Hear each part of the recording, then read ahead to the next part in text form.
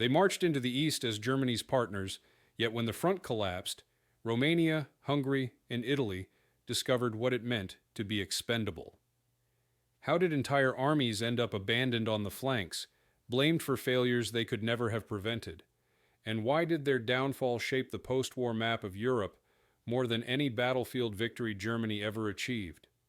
The participation of Romania, Italy, and Hungary alongside Germany in the Second World War emerged from a convergence of political pressure, territorial disputes, and shifting strategic ambitions during the late 1930s and early 1940s. Each state entered the conflict with its own national goals, but found itself increasingly subordinated to the military and political direction of the German High Command. The alignment of these countries within the Axis coalition was driven not only by ideological sympathies, but also by a shared desire to revise the outcomes of the First World War. Their leadership viewed cooperation with Germany as a path to regaining lost territories, securing regional influence, and avoiding isolation in a rapidly militarizing Europe. Romania, positioned between the Soviet Union and German-controlled Central Europe, faced significant territorial losses prior to joining the Axis. In 1940, Romania ceded Bessarabia and northern Bukovina to the Soviet Union, northern Transylvania to Hungary, and southern Dobruja to Bulgaria. These losses destabilized domestic politics and placed the country under increasing pressure from Germany, which demanded alignment with Axis strategic priorities. Romanian public sentiment was divided, but the military leadership concluded that cooperation with Germany offered the only realistic means to recover lost lands and maintain national sovereignty. This decision led to the deployment of Romania's largest wartime expeditionary force, over 600,000 troops, alongside German armies during operations against the Soviet Union. Italy, under Benito Mussolini, pursued expansionist objectives independent of Germany, but ultimately became entangled in military commitments that exceeded its industrial and logistical capacity. The Italian High Command believed that participation in the invasion of the Soviet Union would secure Italy a share of territorial gains and strengthen its position within the Axis hierarchy. In practice, Italy deployed the Italian Eighth Army, comprising more than 200,000 troops, to the Eastern Front. Many of these soldiers were inadequately equipped for winter operations, lacking sufficient anti-tank weapons and protective gear. German command structures relegated Italian units to sectors considered strategically secondary, yet exposed to potential Soviet breakthroughs. Hungarian cavalry brigades, operating alongside motorized units, covered large distances in pursuit of retreating Soviet elements, capturing several towns and contributing to the stabilization of German supply routes. As the front expanded eastward, German command began to incorporate Allied formations into larger operational plans. By late summer 1941, Romanian and Hungarian divisions were positioned along the flanks of German armies, advancing toward the Dnieper and the Sea of Azov. These deployments placed them in sectors where German planners anticipated limited resistance, yet Soviet forces conducted several localized counterattacks that revealed weaknesses within Allied units. In particular, Romanian divisions holding exposed positions along the lower Dnieper faced intense fighting in August and September, sustaining heavy casualties during Soviet attempts to break encirclement pockets. Romanian armies defending Stalino and Taganrog encountered repeated Soviet offensives during January and February, suffering significant casualties due to inadequate fortifications and limited artillery support. Romanian losses during this period exceeded 70,000 personnel, reflecting the scale of Soviet efforts to reclaim key industrial regions. Italian units encountered similar difficulties as temperatures dropped and Soviet forces launched local counterattacks. The Italian Corps, lacking sufficient winter equipment and heavy weaponry, struggled to maintain defensive integrity during battles along the Donets. Frostbite, disease, and logistical challenges reduced operational strength by thousands of personnel. German command acknowledged the limitations of Italian divisions, but continued to assign them to extended frontline stretches due to shortages of German manpower. Hungarian forces likewise faced attrition during the harsh winter. The Hungarian Mobile Corps, though initially effective during summer operations, encountered significant losses in both personnel and vehicles due to cold weather, mechanical failures, and sustained Soviet pressure. By early 1942, many Hungarian units required reorganization and resupply before they could resume large-scale operations. Despite these setbacks, Axis allies entered 1942 with renewed commitments. German planners, preparing for summer operations aimed at capturing the Caucasus and advancing toward the Volga, called for expanded Allied participation. Romania agreed to deploy additional divisions, increasing its total commitment to over 25 divisions by mid-1942. Italy responded by sending the Eighth Army, numbering more than 200,000 troops, while Hungary prepared to send its Second Army, comprising approximately 200,000 soldiers equipped with limited numbers of anti-tank guns and light armor. To accomplish this, German planners concentrated their armored and motorized units into powerful striking formations and allocated large stretches of the front to their allies. This arrangement reflected both necessity and miscalculation. Germany required extensive manpower to hold its flanks, while directing its main effort towards Stalingrad and the Caucasus, but it underestimated the need to reinforce those flanks or provide its allies with sufficient equipment to withstand Soviet counteroffensives. Romanian forces were assigned to guard both the northern and southern flanks of the German Sixth Army as it advanced towards Stalingrad. The Romanian Third Army held a front of more than 140 kilometers north of the city, while the Romanian Fourth Army held a similarly extended front to the south. These deployments placed Romanian divisions in exposed positions, often lacking natural defensive features. Romanian anti-tank capabilities were limited. Many divisions relied on 37mm and 47mm guns that were ineffective against newer Soviet T-34s and KV series tanks. German planners recognized these shortcomings, but anticipated limited Soviet reserves in the region.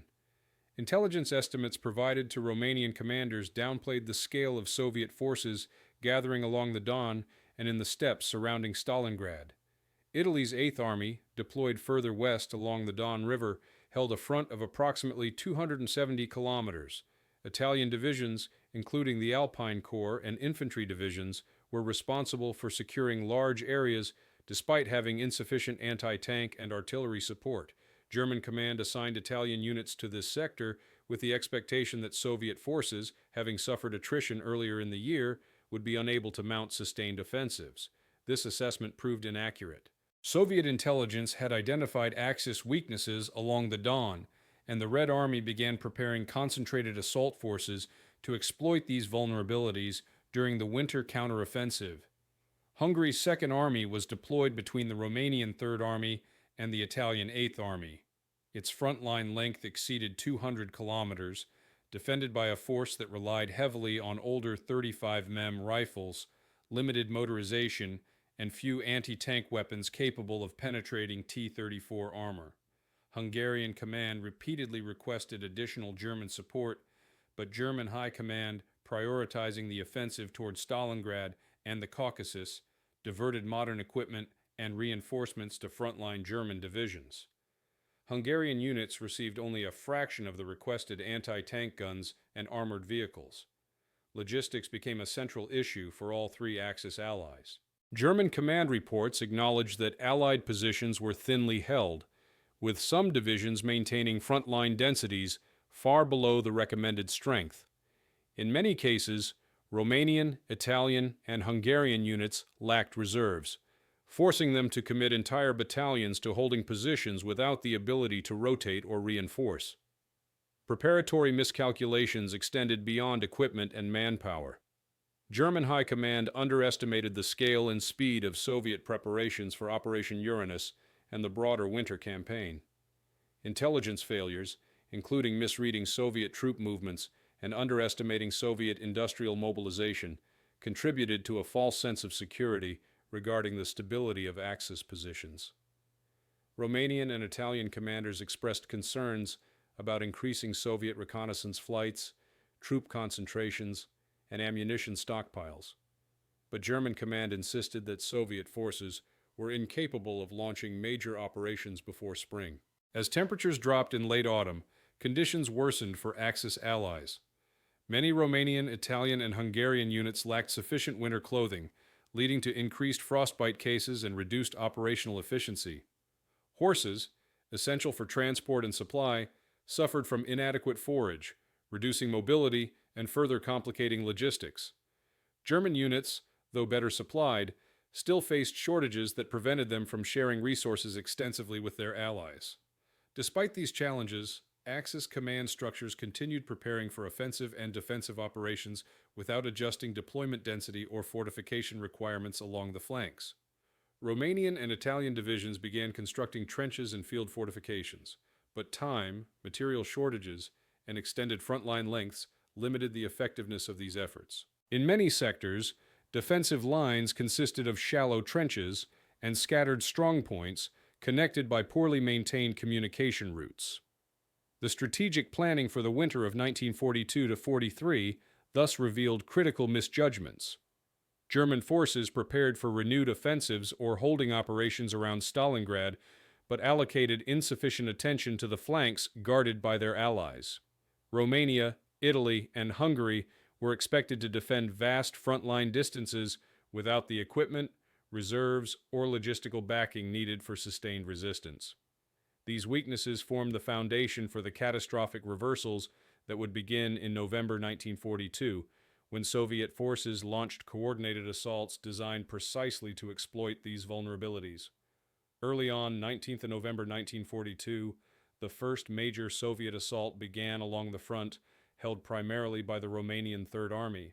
Romanian anti-tank gunners attempted to halt the assault using 47 mm guns, but these weapons lacked sufficient penetration capability. Several Romanian regiments were breached within hours, and Soviet breakthroughs accelerated as armored units maneuvered through widened gaps.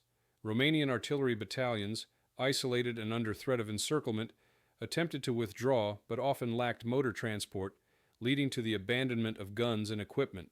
Communications broke down across the sector, and several divisions reported losses exceeding 30% within the first day of fighting. On 20th of November, Soviet forces attacked the Romanian Fourth Army south of Stalingrad. The Stalingrad front committed more than 160,000 troops and approximately 400 tanks to this offensive. Romanian positions stretched thinly across more than 100 kilometers, leaving few reserves to counter the assault. Soviet armored units pushed through defenses weakened by prior engagements, while Romanian battalions, isolated by rapid Soviet advances, attempted to hold their positions without support. German command dispatched elements of the 29th Motorized Division and 6th Panzer Division to reinforce Romanian lines, but these units arrived piecemeal and were insufficient to halt the growing Soviet momentum. By the evening of 20th November, several Romanian divisions had been effectively destroyed or rendered combat ineffective. The collapse of Romanian lines allowed Soviet armored and mechanized corps to advance rapidly into the operational depth behind German and Axis positions around Stalingrad. Over the following 2 days, Soviet forces advanced more than 70 kilometers, encircling German 6th Army and parts of the 4th Panzer Army. Romanian units, lacking mobility and cut off from supply routes, suffered heavy casualties during attempts to withdraw.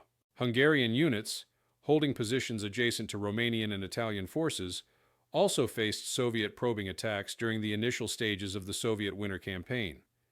While the main Soviet thrust avoided Hungarian sectors during Operation Uranus, the collapse of Romanian positions directly endangered Hungarian flanks. Hungarian divisions struggled to maintain communication lines as Soviet armored groups bypassed their positions en route to Kalak and the Don crossings. Hungarian commanders requested permission to withdraw to more defensible positions, but German high command insisted on holding the line, prioritizing attempts to stabilize the situation around Stalingrad. The impact of early Soviet breakthroughs became evident in the rapid deterioration of Axis morale. Romanian units that survived the initial engagements were often scattered, exhausted, and suffering from severe shortages of ammunition and winter clothing.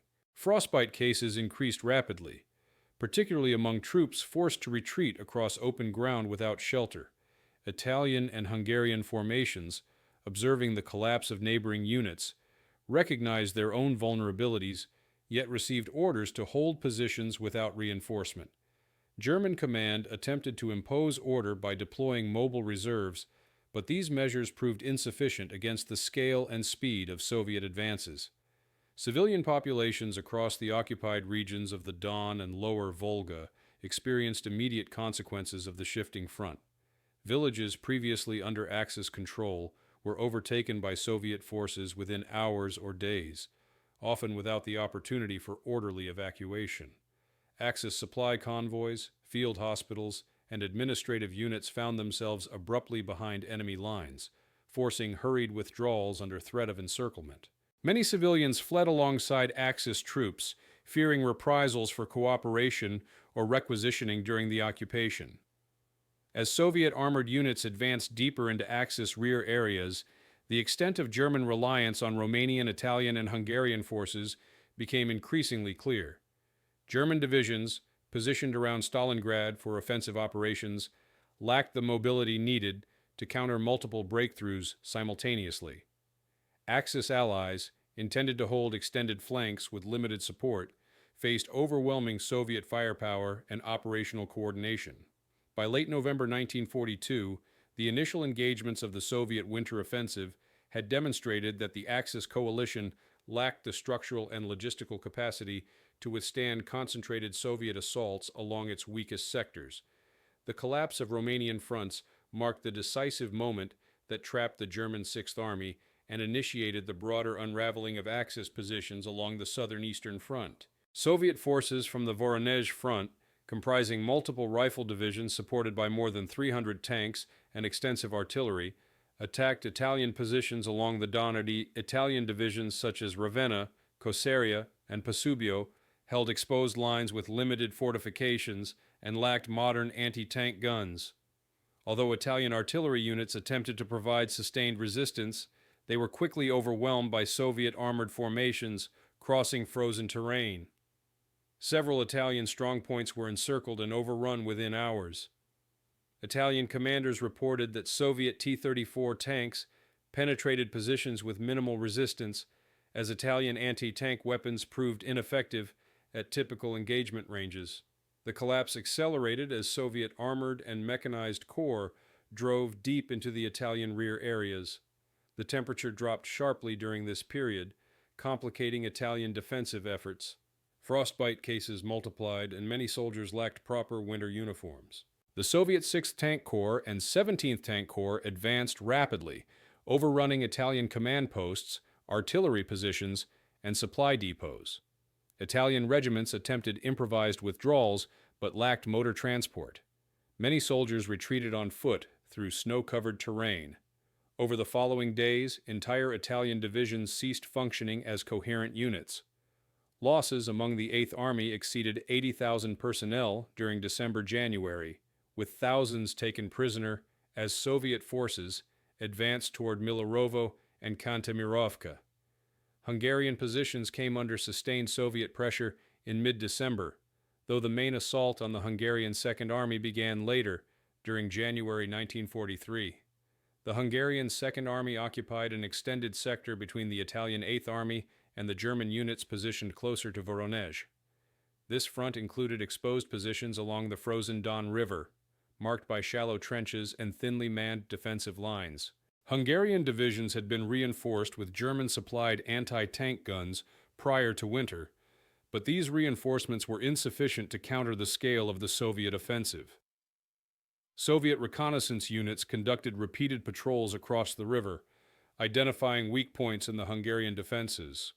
On 12 January 1943, the Voronezh front launched a massive assault against the Hungarian Second Army during Operation Ostrogozhsk-Rossosh.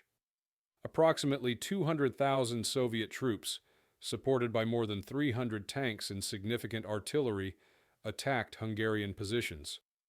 The Soviet assault began with concentrated bombardment, disrupting Hungarian communications and destroying forward positions. Hungarian battalions fought determined defensive actions, particularly in sectors held by the 7th and 12th Light Divisions, but lacked reserves to reinforce breached lines. Soviet armored units advanced through gaps, isolating Hungarian regiments and overrunning defensive strongpoints. Within days, the Hungarian Second Army had effectively ceased to exist as a fighting force. More than 40,000 Hungarian soldiers were killed in action, with tens of thousands more captured or reported missing.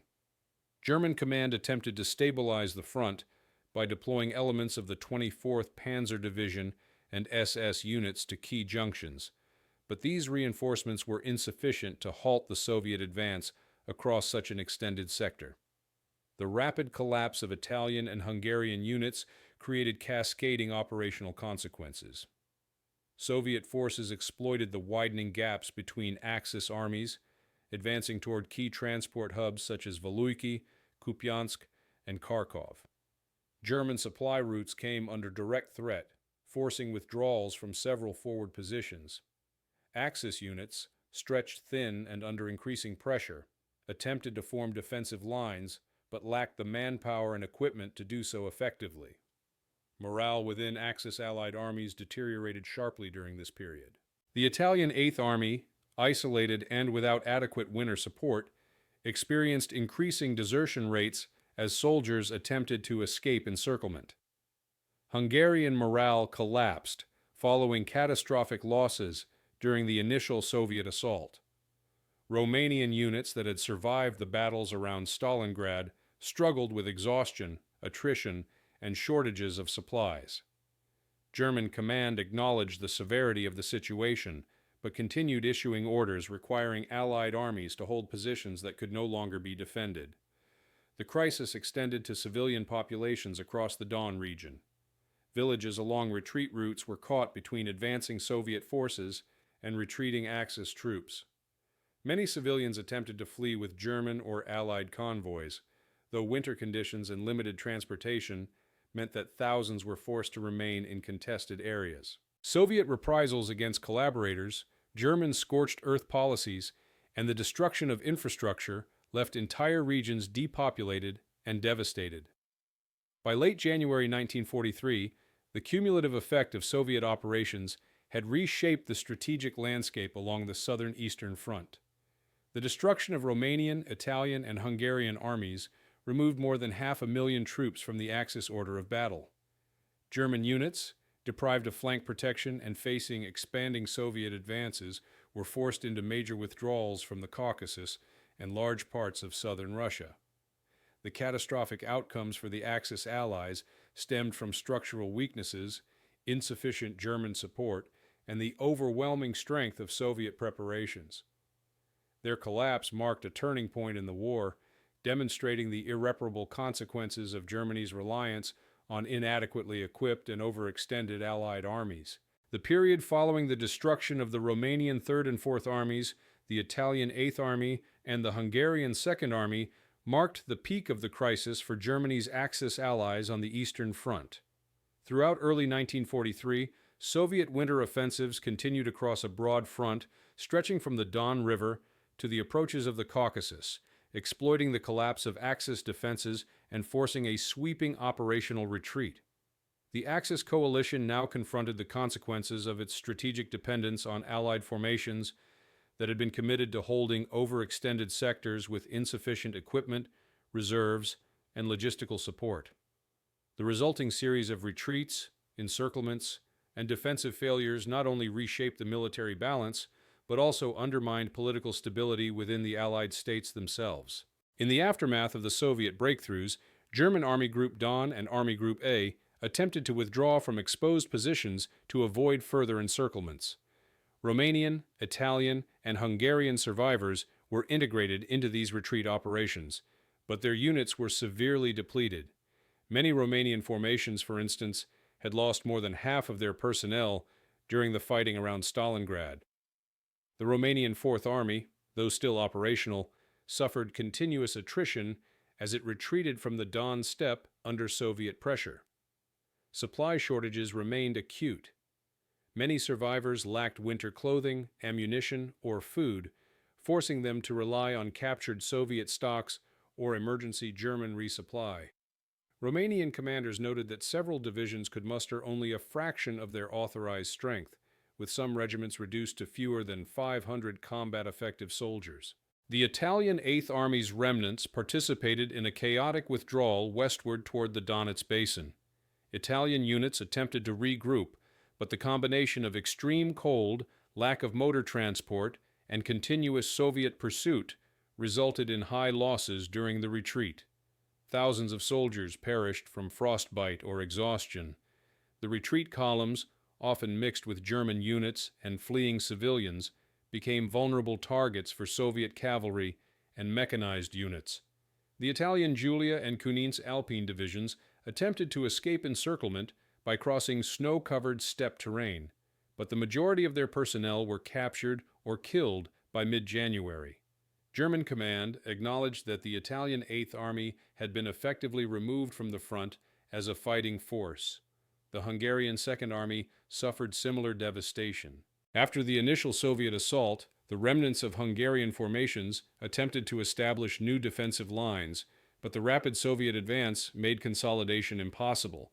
Hungarian units, lacking motorization, were forced to retreat on foot through severe winter conditions. Many were overtaken by Soviet armored columns. Some divisions lost upward of 70% of their personnel. Attempts to form rearguard positions were hindered by reduced numbers of functioning anti-tank weapons and limited artillery ammunition. Hungarian officers reported that battalions were reduced to company strength or smaller. By February 1943, the Hungarian Second Army existed only as scattered groups of survivors attached to German units. German attempts to stabilize the front relied heavily on mobile divisions pulled back from the Caucasus and central sectors. Axis allies were instructed to hold intermediate lines along the Donets, but their weakened state made sustained defense untenable. Romanian and Hungarian units, in particular, reported large groups of displaced civilians moving alongside their retreat routes, complicating mobility and contributing to logistical strain. The political impact of the military crisis reverberated in Bucharest, Rome, and Budapest. The governments of Romania, Italy, and Hungary faced growing domestic dissatisfaction as casualty reports increased. In Romania, the loss of more than 150,000 troops during the Stalingrad campaign triggered criticism of both German strategy and the decisions of Romanian leadership. In Italy, news of the near-total destruction of the Eighth Army spread through military and civilian channels, fueling opposition to continued participation in the war. Hungarian leadership, confronted with the loss of tens of thousands of soldiers from the Second Army, began reassessing the viability of continued reliance on German command. The crisis also exposed the operational limitations of the Axis coalition. German command structures often restricted the autonomy of Allied units, frequently overriding requests for tactical withdrawals, reinforcement, or repositioning. During the retreats of early 1943, these tensions became acute. Romanian, Italian, and Hungarian commanders reported that German headquarters prioritized the preservation of their own armored formations, leaving Allied infantry divisions to hold rear guards or to delay Soviet forces without adequate support. Claims of insufficient German air cover, delayed ammunition deliveries, and unequal distribution of winter equipment further undermined Axis cohesion. Despite these command tensions, Allied forces continued to participate in defensive operations as the front shifted westward. Romanian units attempted to establish new defensive positions along the Mius River, while remnants of Hungarian and Italian forces were reorganized in rear areas for eventual redeployment or repatriation. These rebuilt formations included replacements drawn from newly mobilized recruits, returning convalescents, and reserve units previously stationed inside Romania. German command provided limited quantities of modern equipment, including Panzer III and IV tanks and self-propelled guns, though deliveries were far below Romanian requests. Romanian divisions were incorporated into the defensive lines along the Mius River and later the Dnieper, where they participated in attempts to slow the Soviet advance during the Donbass campaign. Reports from these operations indicate that Romanian infantry fought effectively in fortified positions and conducted several local counterattacks, but remained highly vulnerable to Soviet armored assaults due to persistent shortages of anti-tank weapons. Hungary undertook a similar, but more difficult, reorganization process.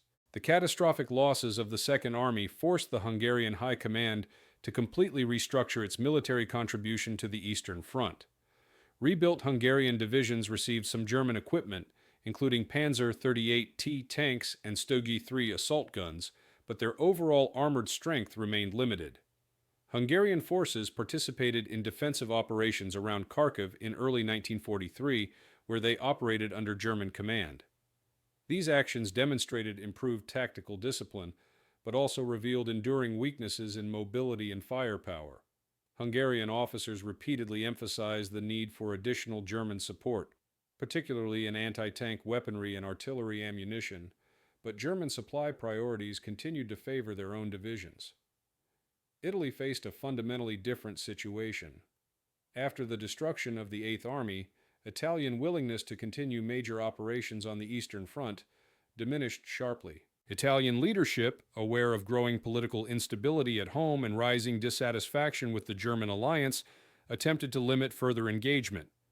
German command, recognizing the weakened state of Italian forces, did not insist on a large-scale Italian reconstitution effort. Most Italian survivors of the Eastern Front were repatriated during 1943, though small Italian units remained active in support roles within occupied territories. Their inability to reconstitute an effective fighting force contributed to a widening gap between Germany's strategic requirements and the capacity of its allies to contribute meaningfully to the continued war effort. Axis Allied armies, despite their losses, continued to participate in key defensive operations during 1943. Romanian divisions fought along the Dnieper and later near Nikopol, where they attempted to hold bridgeheads vital for Germany's defensive plans. Hungarian forces participated in the battles around Poltava and eventually withdrew with German units toward the Carpathians. These engagements revealed significant tactical adaptation. Romanian engineers constructed improved defensive lines, incorporating trench networks, anti-tank ditches, and fortified strongpoints. Hungarian units reorganized their battalion structures to increase flexibility during mobile defensive operations. Both armies improved their coordination with German headquarters, though communication difficulties and differing doctrinal approaches continued to hinder operational effectiveness. Partisan activity across Ukraine and Belarus further complicated Axis defensive efforts. Romanian and Hungarian rear area units were increasingly tasked with anti-partisan operations, which diverted manpower from frontline duties and exposed troops to ambushes and supply shortages. Several Romanian detachments operating near the Dnieper reported the destruction of supply convoys and the disruption of communication lines due to partisan attacks. Hungarian units patrolling forested areas of eastern Galicia encountered similar challenges. These operations strained morale and often exacerbated tensions between German and Allied forces over command priorities and deployment decisions. The psychological burden on Axis Allied troops grew throughout 1943. Soldiers who had survived Stalingrad or the Don collapse often carried deep exhaustion and doubt about the war's direction. Letters, diaries, and official reports from Romanian and Hungarian units documented rising concerns about equipment shortages, poor living conditions, and the apparent indifference of German command to Allied casualties. Instances of insubordination, refusal to attack, or unauthorized withdrawals increased, though they rarely escalated into widespread collapse during this phase. Soviet offensives repeatedly overran areas where Romanian or Hungarian garrisons had been stationed, leading to reprisals, forced evacuations, and widespread destruction. The cumulative social impact further undermined the ability of Axis allies to stabilize rear areas or maintain secure supply lines. By the end of 1943, it was increasingly clear that the Axis allies could no longer fulfill the roles envisioned by German strategic planning.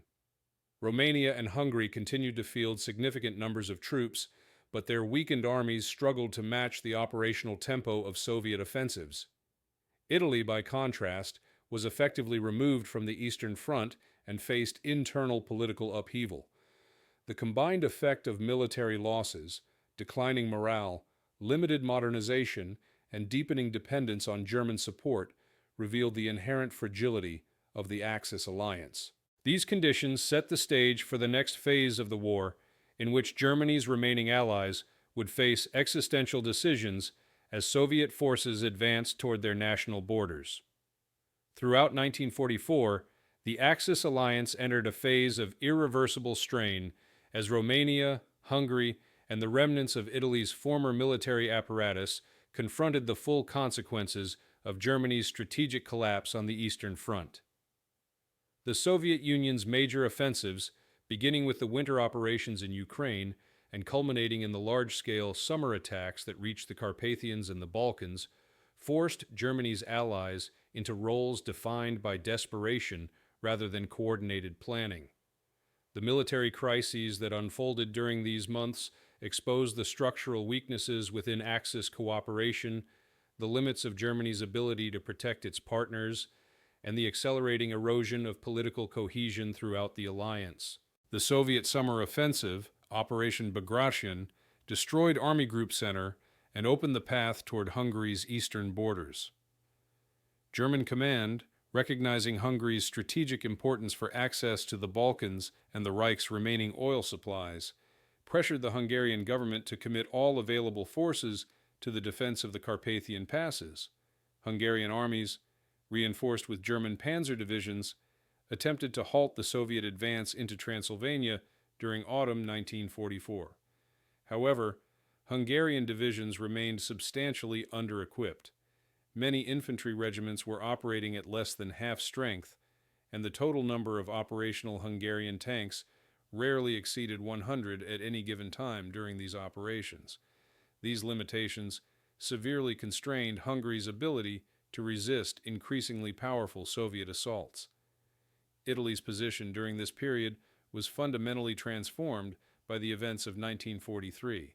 Reports from Romanian military attachés in Berlin warned that Germany could no longer guarantee the defense of Romanian territory, a concern reinforced by massive Soviet breakthroughs in the summer of 1944.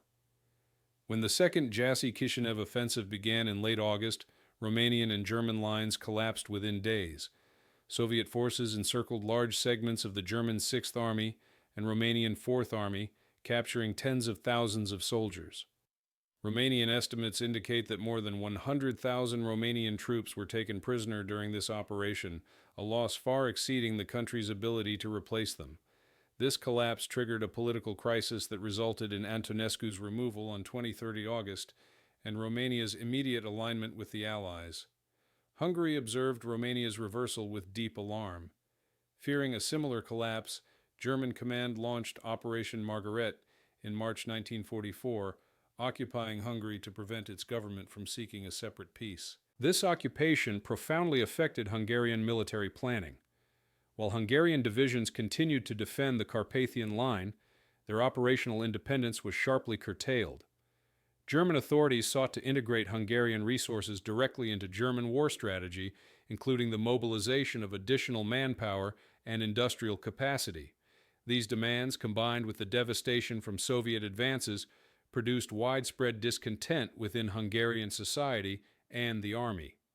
The Carpathian Ukraine campaign during autumn 1944 further exposed the declining ability of Hungary to continue the war. Soviet forces captured key mountain passes, forcing Hungarian and German divisions to retreat toward Debrecen and Budapest. During the Battle of Debrecen in October, Hungarian units fought alongside German III Panzer Corps in an attempt to halt the Soviet advance. Despite local counterattacks, Hungarian formations suffered heavy casualties and equipment losses, including the destruction of numerous artillery batteries and the capture of several infantry regiments. The cumulative effect of these defeats left Hungary with limited reserves to defend the approaches to its capital. Civilian populations across Romania and Hungary experienced increasingly severe hardships during this period. The rapid succession of offensives, retreats, and occupation transitions resulted in mass displacement, food shortages, and infrastructural collapse. Romanian towns along the Prut and Siret rivers were repeatedly shelled or burned during the Soviet advance, forcing thousands to flee westward. In Hungary, the German occupation and subsequent battles placed enormous strain on transportation networks, leading to shortages of fuel, grain, and medical supplies. Civilian casualties rose sharply during the urban battles that accompanied Soviet breakthroughs. Relations between German forces and their allies deteriorated further under these pressures. German officers criticized Romanian and Hungarian units for perceived failures in discipline and endurance, while Allied commanders argued that German strategic decisions, particularly the insistence on holding exposed positions, had caused unnecessary losses. Romanian and Hungarian reports documented increasing friction over the distribution of ammunition, armored support, and access to transport vehicles. These tensions eroded the already fragile sense of alliance cohesion. By the end of 1944, the Axis alliance in Eastern Europe had effectively disintegrated. Romania had switched sides, Hungarian armies were retreating toward the interior of their homeland, and German forces lacked the manpower to stabilize collapsing sectors. The surviving Allied units operated under extreme pressure, their strategic autonomy replaced by German directives. The combination of military defeats, political upheaval, and internal fragmentation created conditions from which no coordinated Axis recovery was possible, setting the stage for the final collapse of Germany's remaining allies in early 1945. As the Eastern Front entered its final phase in early 1945, the last Axis Allied forces, primarily Hungarian units still fighting alongside Germany, faced a series of catastrophic military and political crises. Romania had already exited the war and was fighting against its former partner, while Italy's military presence in the east had long since dissolved. Hungary alone remained tied to Germany's collapsing war effort, not because of strategic advantage, but because German occupation and political upheaval had left the government with minimal autonomy. The period from January to April 1945 thus marked the final disintegration of Axis alliances in Eastern Europe and the rapid collapse of the military forces still nominally aligned with Germany. The most significant event of this phase was the Siege of Budapest, which lasted from 24 December 1944 to 13 February 1945. When Soviet forces of the Second and Third Ukrainian fronts reached the outskirts of Budapest, German command ordered Hungarian units to hold the capital at all costs. Approximately 70,000 German and 30,000 Hungarian troops were encircled. Hungarian forces were composed largely of 8 corps, remnants of previously battered divisions, and elements of the Royal Hungarian Gendarmerie tasked with internal security. The defenders faced more than 200,000 Soviet troops, supported by hundreds of artillery pieces and tanks. The encirclement cut all land supply routes, forcing the defenders to rely on airlifts that delivered only a fraction of the required ammunition and medical supplies. Hungarian reports indicate that many frontline battalions operated with fewer than 100 effective soldiers by mid-January, reflecting the intensity of daily assaults and the rising number of casualties from artillery barrages. Attempts to relieve the city, codenamed Operations Conrad I, II, and III, were carried out by German and Hungarian divisions, including the elite Hungarian Szent László Division. These operations briefly reached within 30 kilometers of the capital, but ultimately failed due to Soviet numerical superiority and well-prepared defensive positions. During these offensives, Hungarian armored units reported losing more than half of their remaining tanks, while infantry formations sustained severe attrition during attempts to break through Soviet lines. The failure of these relief operations marked the definitive collapse of Hungarian hopes to maintain control over their capital and highlighted the diminishing operational capacity of Axis forces still resisting in the region. The surrender of Budapest on 13 February 1945 represented not only a military defeat, but also a political turning point. More than 138,000 Axis troops were killed, wounded, or captured during the siege, including thousands of Hungarian soldiers who had constituted the last major fighting force available to the Hungarian state. Soviet documents recorded the capture of over 25,000 Hungarian prisoners, many of whom had been drafted into the defense of the city during its final days. The fall of Budapest eliminated the last significant defensive position between Soviet forces and Western Hungary, accelerating the final collapse of Axis resistance in the region. Meanwhile, political instability in Hungary deepened. The Arrow Cross regime, installed after the German occupation in October 1944, struggled to maintain control as Soviet forces moved westward. Government ministries were relocated multiple times, and remaining Hungarian military command structures experienced increasing fragmentation. Reports from Hungarian field officers described difficulty maintaining communication with Central Command, shortages of ammunition and fuel in nearly all units, and widespread desertion as soldiers attempted to flee toward Austria. German commanders, determined to maintain defensive operations, often subordinated Hungarian units directly to German Corps headquarters, effectively stripping them of operational independence. The last major operation involving Hungarian forces occurred during the defense of Western Hungary and Austria in March and April 1945. Infrastructure across the Hungarian countryside was destroyed during the battles around Balaton and Vienna, disrupting food production and transportation. Romanian civilians in previously contested regions such as Transylvania also experienced instability as shifting front lines brought Soviet and German-Hungarian forces through their towns in rapid succession. The humanitarian impact further weakened the ability of remaining Axis authorities to sustain organized resistance or maintain order. By April 1945, what remained of Hungary's armed forces was effectively dissolved. Many Hungarian soldiers surrendered to advancing Soviet units, while others crossed into Austria and surrendered to Allied forces. German officers reported that several Hungarian battalions simply disbanded during the final retreat, their soldiers abandoning weapons and attempting to return home. The Arrow Cross government fled toward Austria, where many of its officials were captured. Soviet forces occupied nearly all of Hungary by the end of the month. The collapse of Hungary marked the end of the Axis Allied military presence on the Eastern Front. Romania had already reversed sides and was fighting against Germany. Italy had ceased to be a meaningful partner after 1943, and Hungary's military capacity had been exhausted. Germany stood alone in Eastern Europe, relying solely on its own rapidly diminishing resources as Soviet forces advanced into Austria and toward Berlin. The disintegration of the alliance not only reflected the military defeats sustained by Germany's partners, but also revealed the profound asymmetry that had defined the Axis relationship from the beginning. Germany's strategic ambitions had required more from its allies than they had the capacity to provide, and when the Eastern Front collapsed, those allies were left to bear the consequences largely on their own. The final months of the war thus illustrated the culmination of years of strain, sacrifice, and unequal partnership. The once sizable armies of Romania, Hungary, and Italy, numbering more than 1 million combined at their peak, were reduced to fragmented remnants by 1945. Their fate served as a stark demonstration of the fragility of coalition warfare.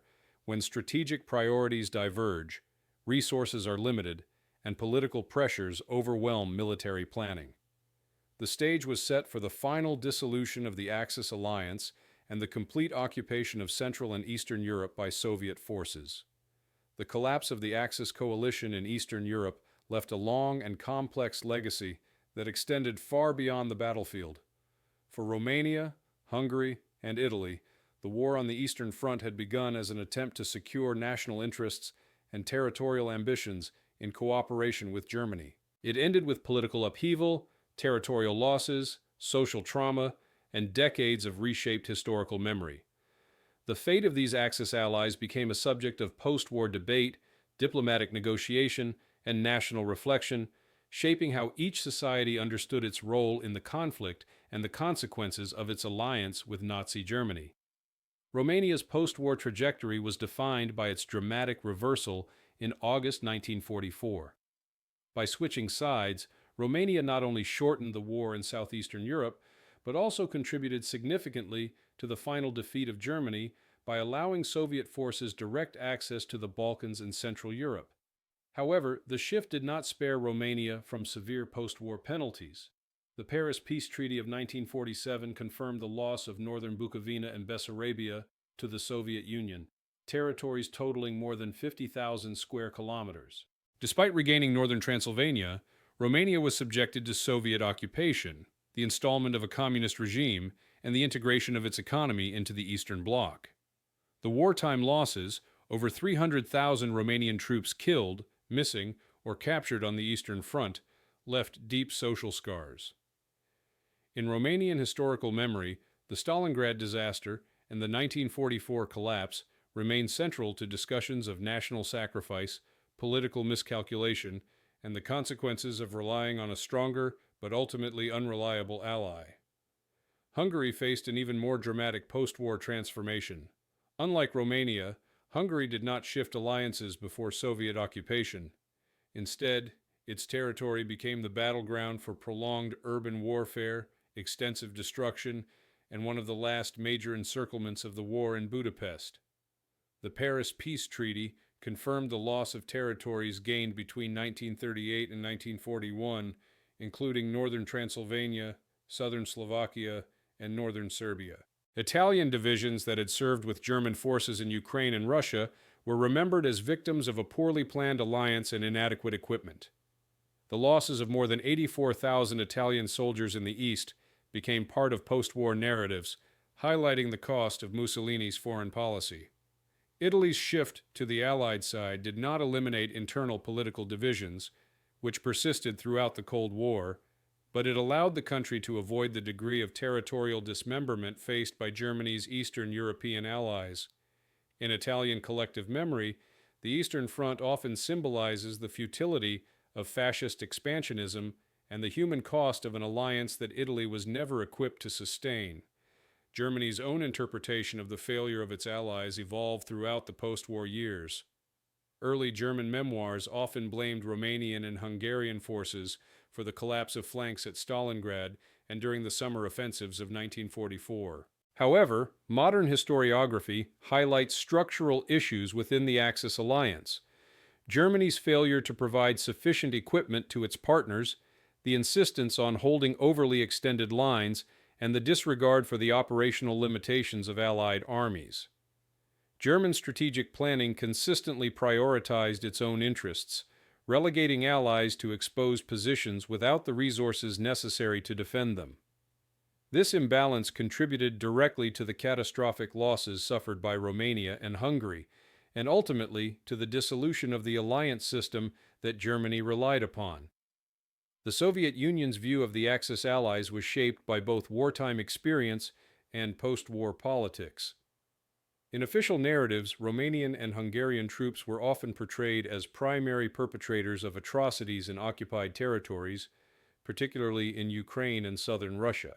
These portrayals served not only to account for the brutality of the occupation, but also to justify post-war political control over Romania and influence in Hungary. Conversely, Romania's switch to the Allied side was highlighted as an example of successful Soviet diplomacy.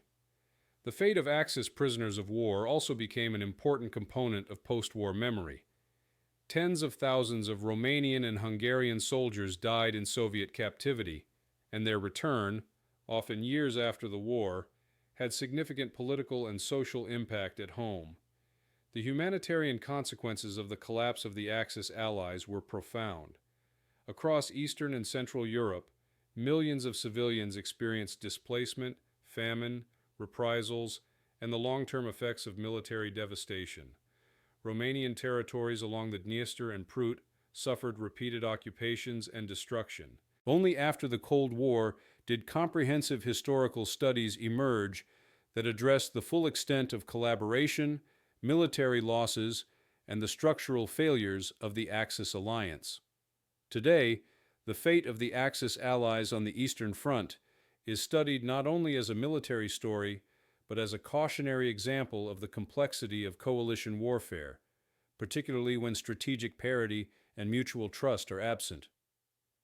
The experiences of Romania, Hungary, and Italy demonstrate how alliances built on unequal power relations and divergent national interests can falter under the pressures of large-scale conflict.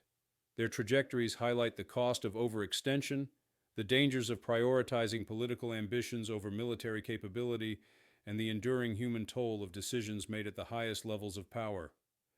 The collapse of these alliances reshaped the map of post-war Europe, contributed to the emergence of the Cold War order, and left lasting imprints on national consciousness. Their story remains a critical part of understanding both the operational dynamics of the Eastern Front and the broader geopolitical consequences of the Second World War.